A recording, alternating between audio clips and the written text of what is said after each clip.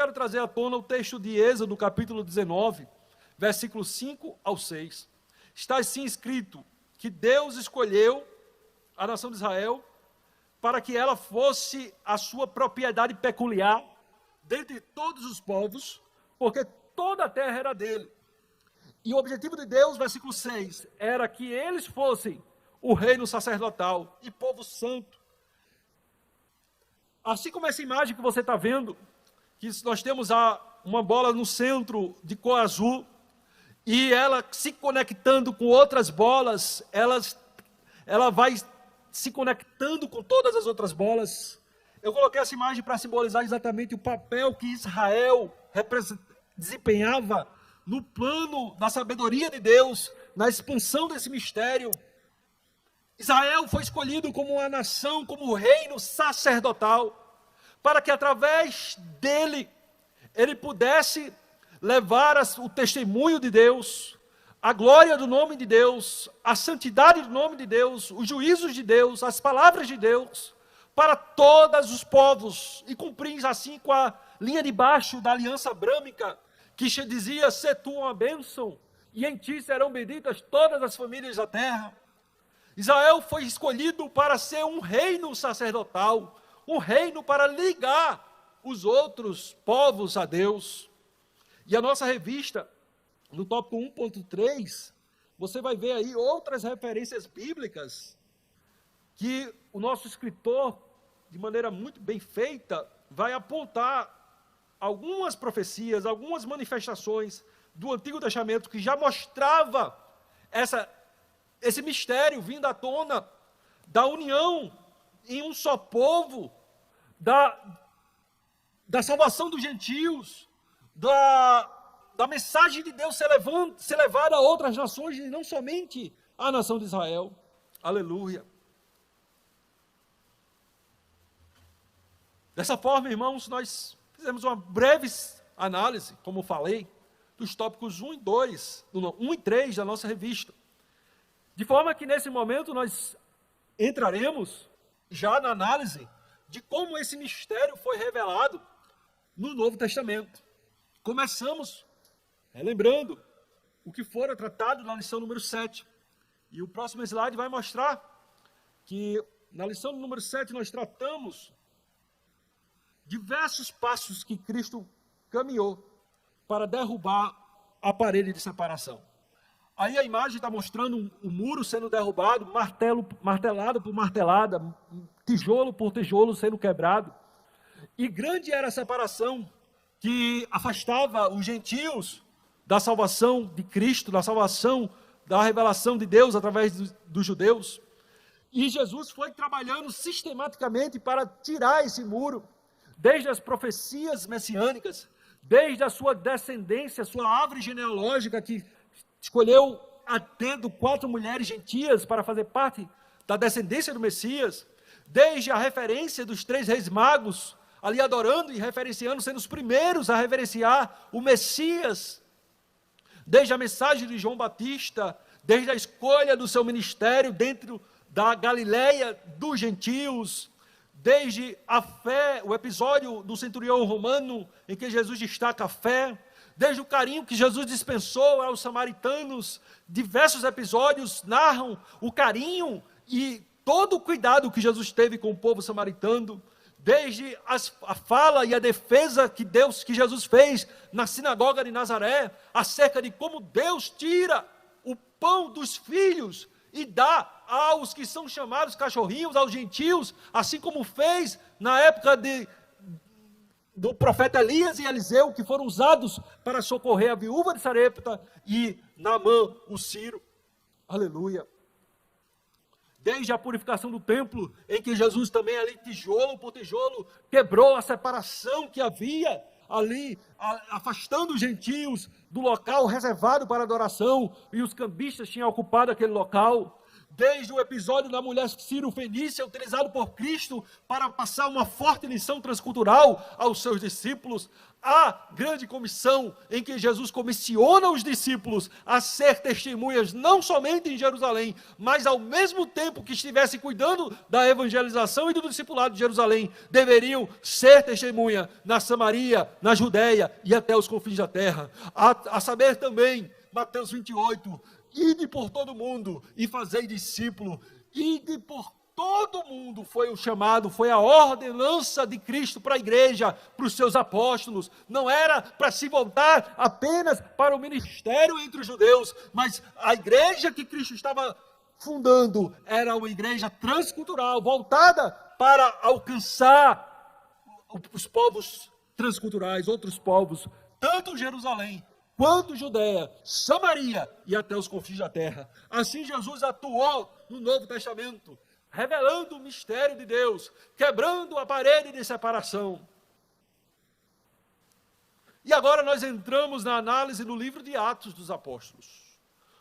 E chamamos a atenção o próximo slide, que tem como título a mensagem oculta do livro de Atos.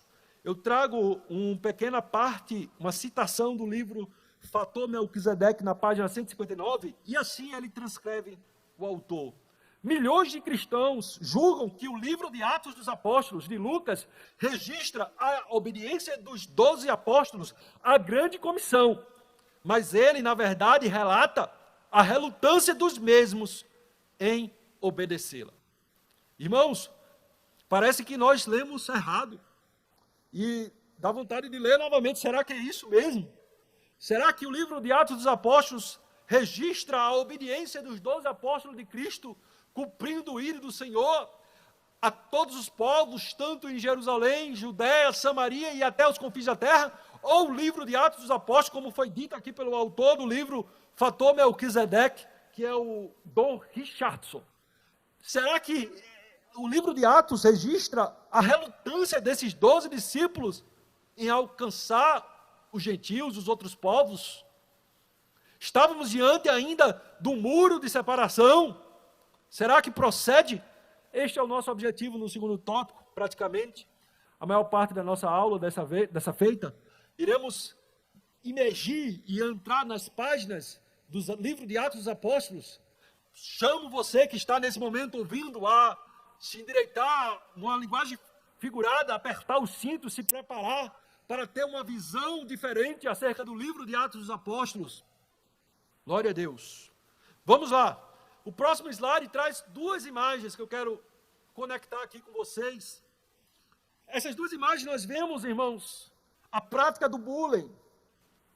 Crianças menosprezando outras, crianças gozando da cara das outras pessoas, de outras crianças, xingando, zombando, excluindo, menosprezando, distratando. E o título desse slide é A Indiferença Continuou. A indiferença dos discípulos, vivida no tempo de Cristo, narrada nos evangelhos, acerca dos gentios, acerca dessa forte parede de separação que separava os judeus dos gentios, continua no livro dos Atos dos Apóstolos. E nós vamos ver isso, irmãos. Como que a indiferença continuou em relação aos gentios. Como que o Espírito Santo, Jesus opera nos evangelhos, enquanto esteve aqui entre nós, quebrando tijolo por tijolo. É dito de forma teológica que na cruz, Cristo derrubou a parede de separação. Numa certa ótica, está certo.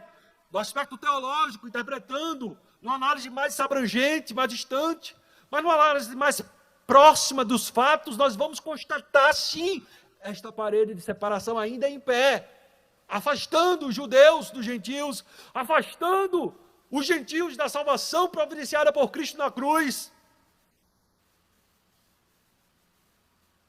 E vamos então aos episódios do livro de Atos dos Apóstolos. O próximo slide traz a apresentação do primeiro episódio, o livro de Atos, capítulo 2. Nós vamos encontrar o derramamento do Espírito Santo. O episódio de Pentecostes. E naquele episódio, irmãos, sobre os apóstolos foi eles receberam o batismo com o Espírito Santo e foi evidenciado através dos dons de línguas, e todos eles foram encontrados falando em línguas gentias. E na época da festa de Pentecostes em Jerusalém, nós tínhamos diversos judeus de diversas partes do mundo, alguns poucos gentios convertidos ao judaísmo, que cultuavam o Deus de Israel, mas a imensa maioria das pessoas que estavam na cidade de Jerusalém, por episódio dessa festividade, elas falavam, se não o hebraico, o aramaico. E se Deus intentava somente alcançar aqueles povos que eram judeus ou gentios convertidos ao judaísmo, por isso celebravam ao Deus de Israel através da festa do tabernáculo, através da festa do Pentecostes. Se Deus planejava apenas alcançar aqueles habitantes de diversos lugares do mundo, bastava falar através da língua hebraica ou do muito aramaica, porque eles iriam ser entendidos e ouvidos e compreendidos. Mas Deus, de uma forma sobrenatural, traz aos apóstolos a fluência no idioma dos gentios, de diversas nações, de forma que aqueles judeus que estavam ali, que falavam o hebraico, e também a sua língua do local onde eles moravam, puderam compreender que eles estavam falando no idioma dos outros idiomas gentios. E o que se esperava, irmãos? 3.000 pessoas se convertem com a pregação de Pedro. Essas pessoas voltam para as suas cidades. Era um excelente momento para se haver envio, se não de todos os apóstolos, mas de parte deles, ou de lideranças formadas pelos apóstolos, para irem com esses novos convertidos para as suas cidades. Mas não há qualquer menção de cuidado e de expansão transcultural por episódio das conversões, ali nos primeiros capítulos de Atos dos Apóstolos, incluindo esse episódio de Pentecostes.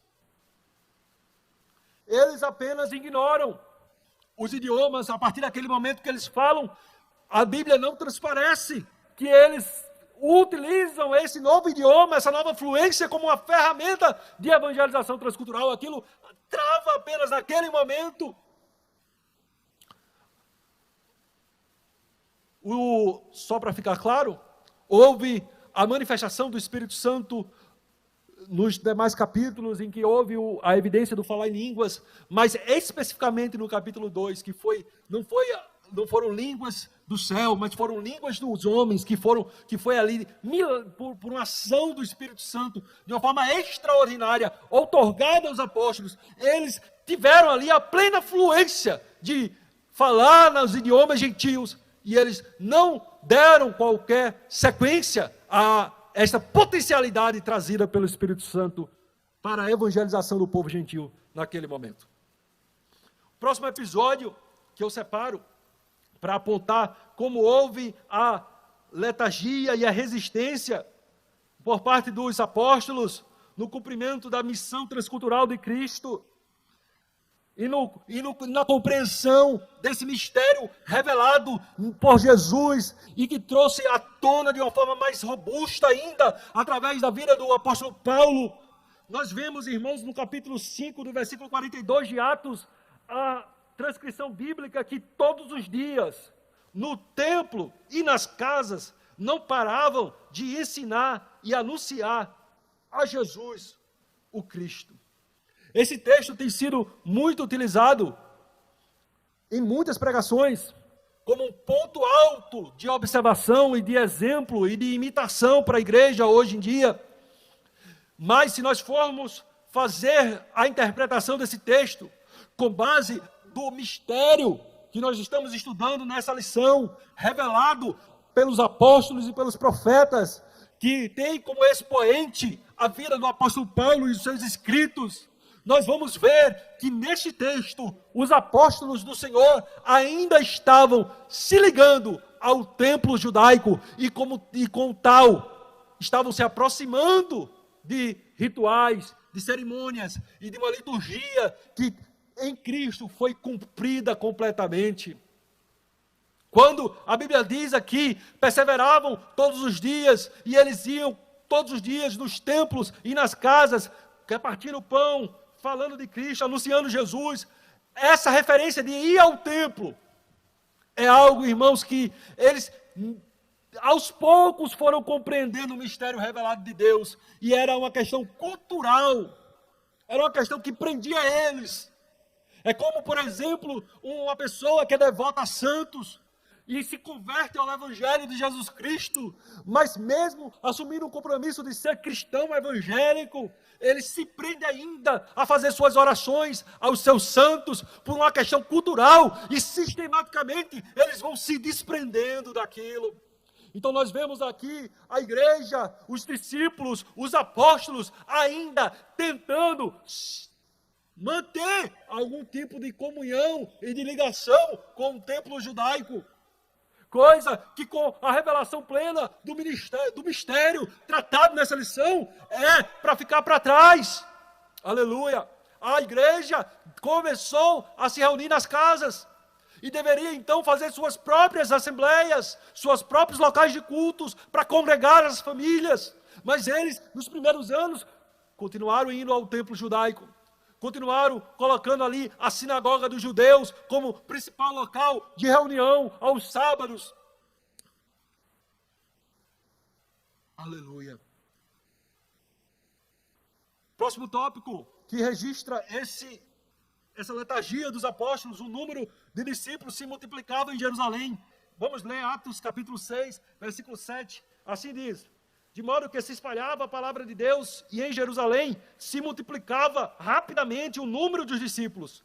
E grande parte dos sacerdotes obedecia à fé. Então, o número de discípulos se multiplicava em Jerusalém, sem qualquer perspectiva de direcionamento transcultural. Eles estavam presos a Jerusalém.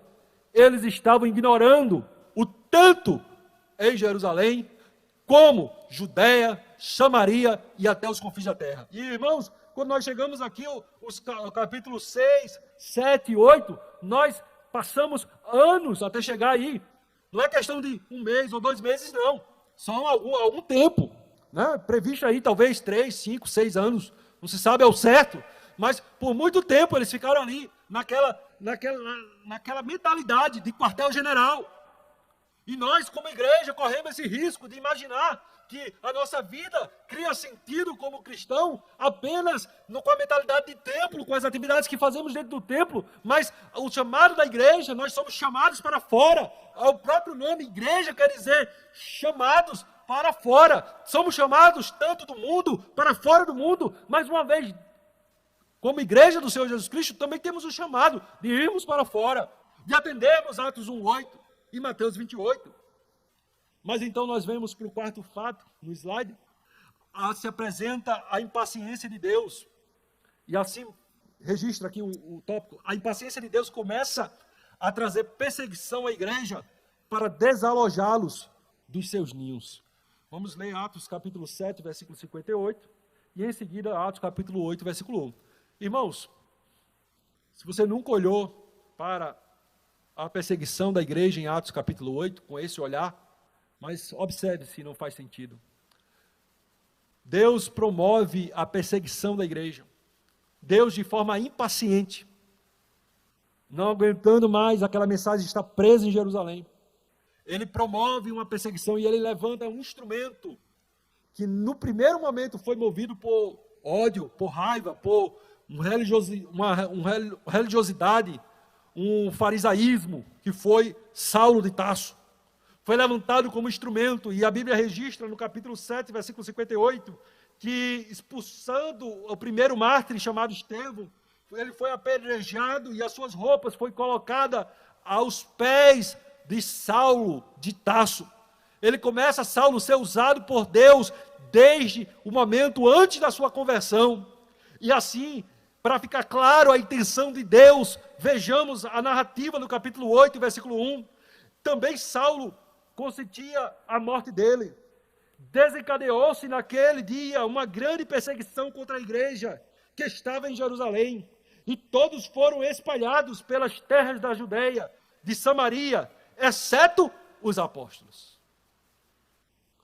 Então, com a perseguição do capítulo 8, começando já no capítulo 7, mas tendo o seu ápice no início do capítulo 8, a Bíblia registra que todos os discípulos foram dispersos. E foram dispersos alcançando a Judeia e alcançando a Samaria, exceto os apóstolos. Os apóstolos continuaram no quartel-general.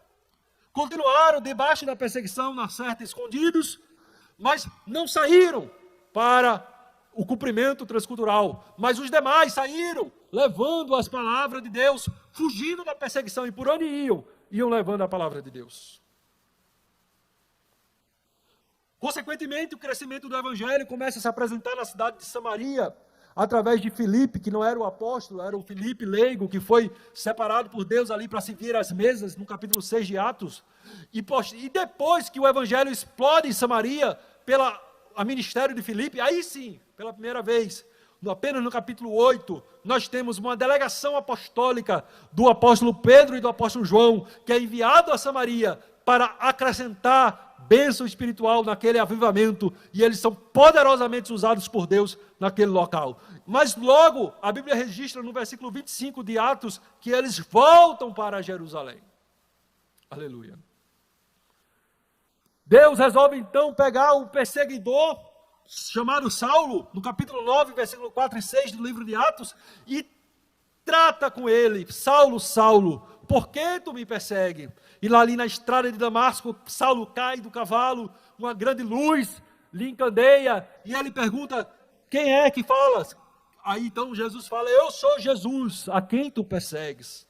E ali ele recebe instruções, mas na frente um servo do Senhor é enviado a ele, e Deus falando com esse servo lá no versículo 15, Deus falando com Ananias, versículos 15 e 16, ele fala no capítulo 9, vai, este é para mim um vaso escolhido para levar o meu nome perante os gentios, os reis e os filhos de Israel, e eu lhe mostrarei quanto deve sofrer pelo meu nome.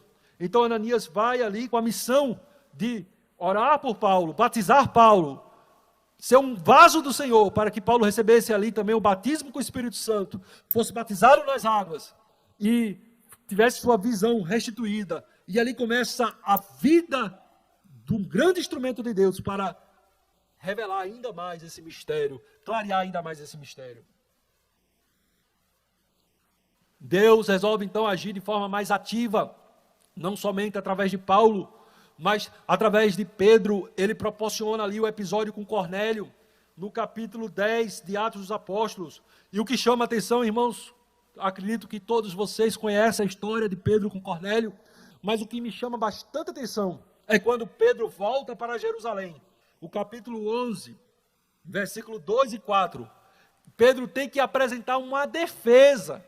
Por que ele foi na casa de gentio? Por que ele foi compartilhar o evangelho com os gentios? Ora, esqueceram todo o trabalho de Jesus, revelando, tirando tijolo por tijolo. Esqueceram dos parâmetros da grande comissão a todos os povos da terra, os parâmetros da aliança branca a todas as famílias da terra. Não entenderam a revelação do mistério de Deus. Mas então, Atos capítulo 11, versículo 2 e 4, vejamos o que diz a Bíblia. Subindo Pedro a Jerusalém, discutiram com eles que eram judeus, seguidores de Jesus, dizendo: entraste na casa de homens incircuncisos e comeste com eles. Pedro, começou a contar-lhe ordenadamente, dizendo...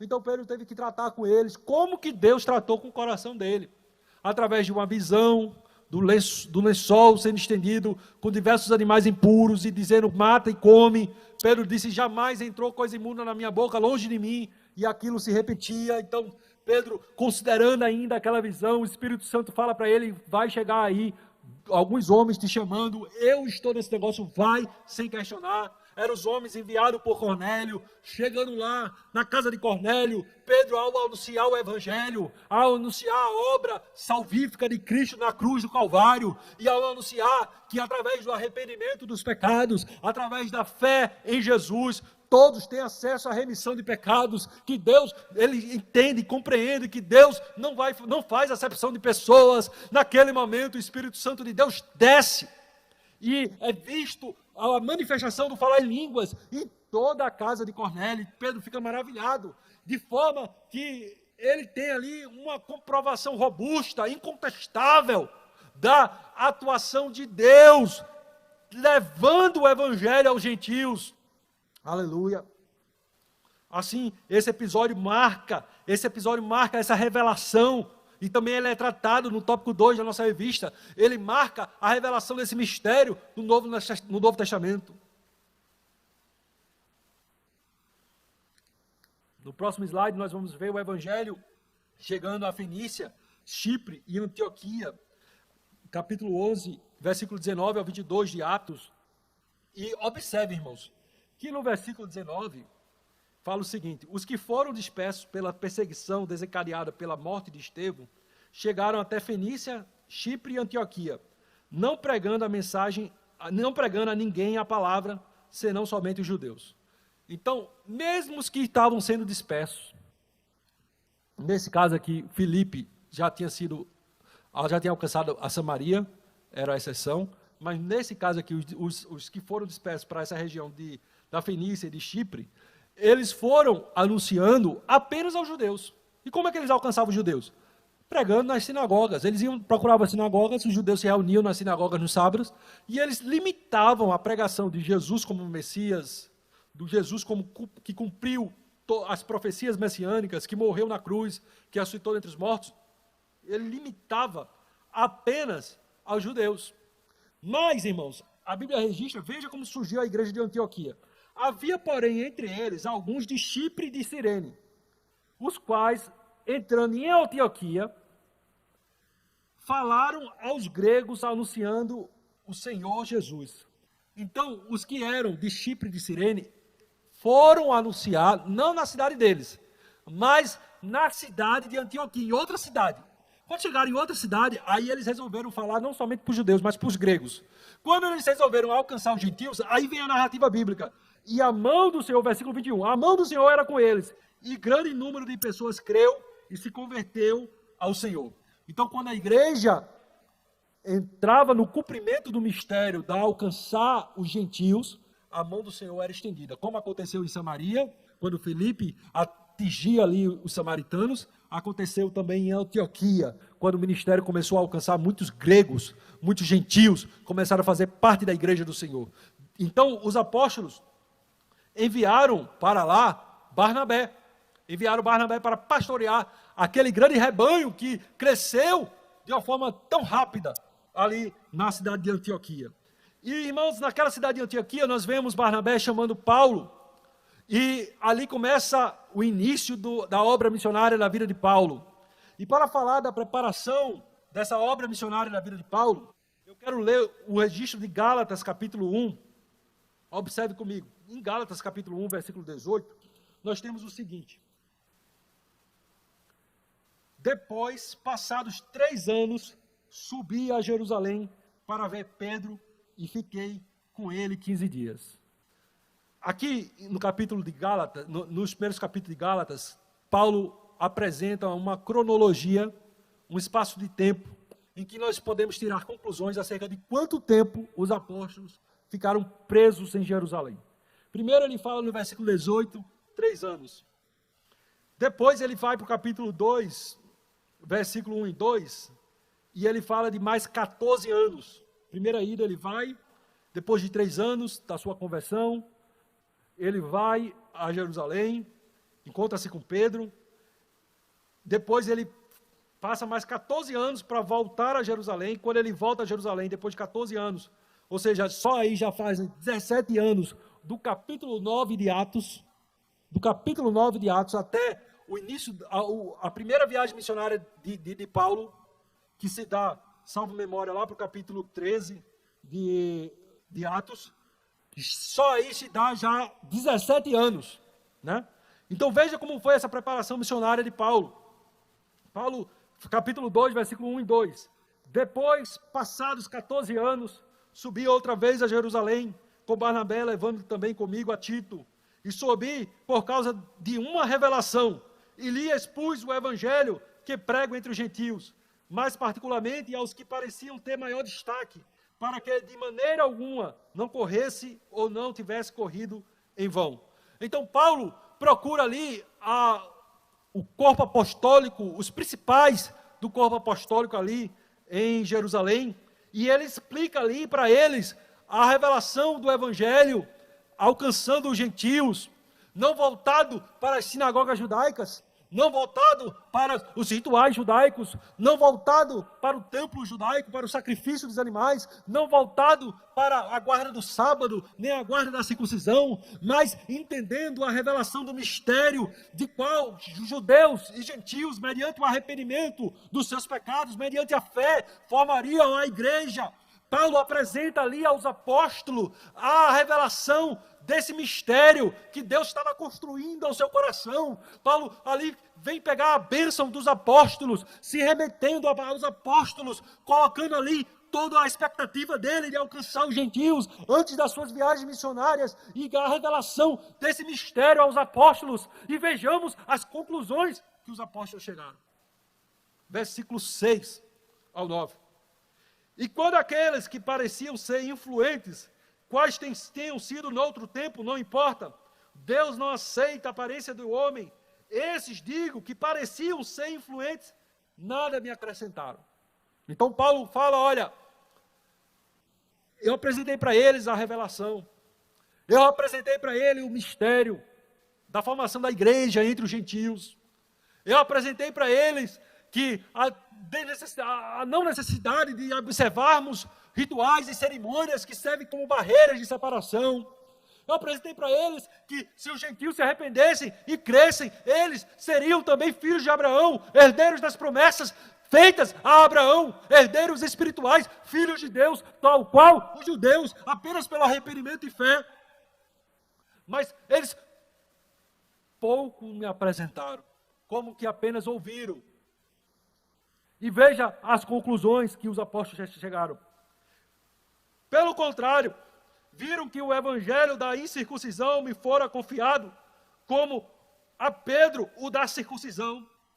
Pois Deus, que operou eficazmente em Pedro para o apostolado da circuncisão, operou também em mim com eficácia para com os gentios.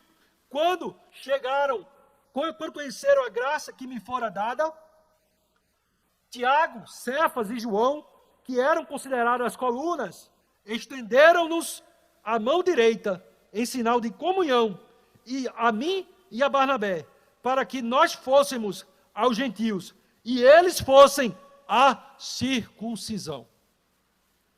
Quando eles viram, irmãos, a tamanho da revelação que Paulo estava abarcando no seu coração, que o evangelho deveria ser levado aos quatro cantos da face da terra, que o evangelho não deveria ficar preso apenas aos judeus, mas que deveria alcançar os gentios.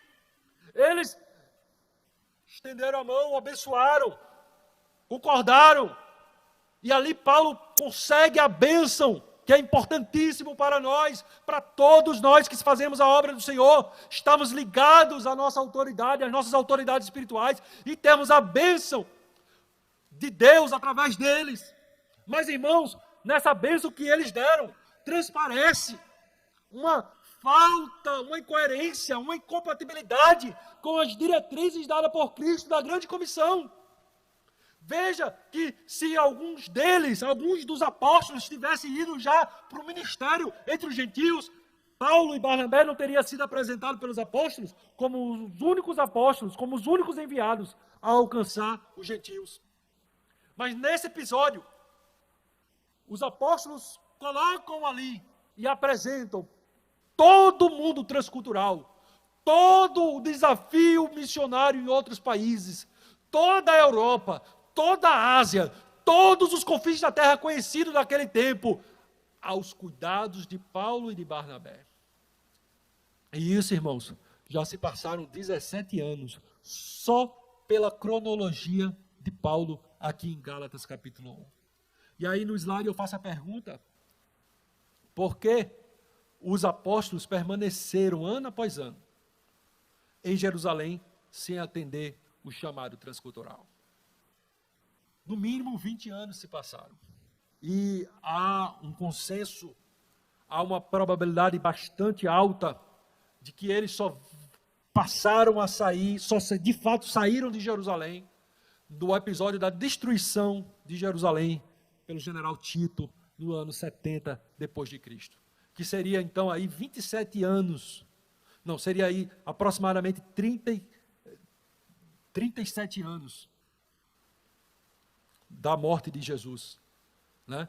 Então, não se sabe, não se pode dizer que foi nesse momento, mas existe a grande probabilidade, porque nós temos uma cronologia de Paulo até ali capítulo 1 e 2, que passaram-se 20 anos, aproximadamente, e quando Paulo foi vocacionado, foi enviado como apóstolo para os gentios, enquanto eles estariam voltados para o ministério da circuncisão. O que era o ministério da circuncisão? Era um ministério voltado apenas para os judeus.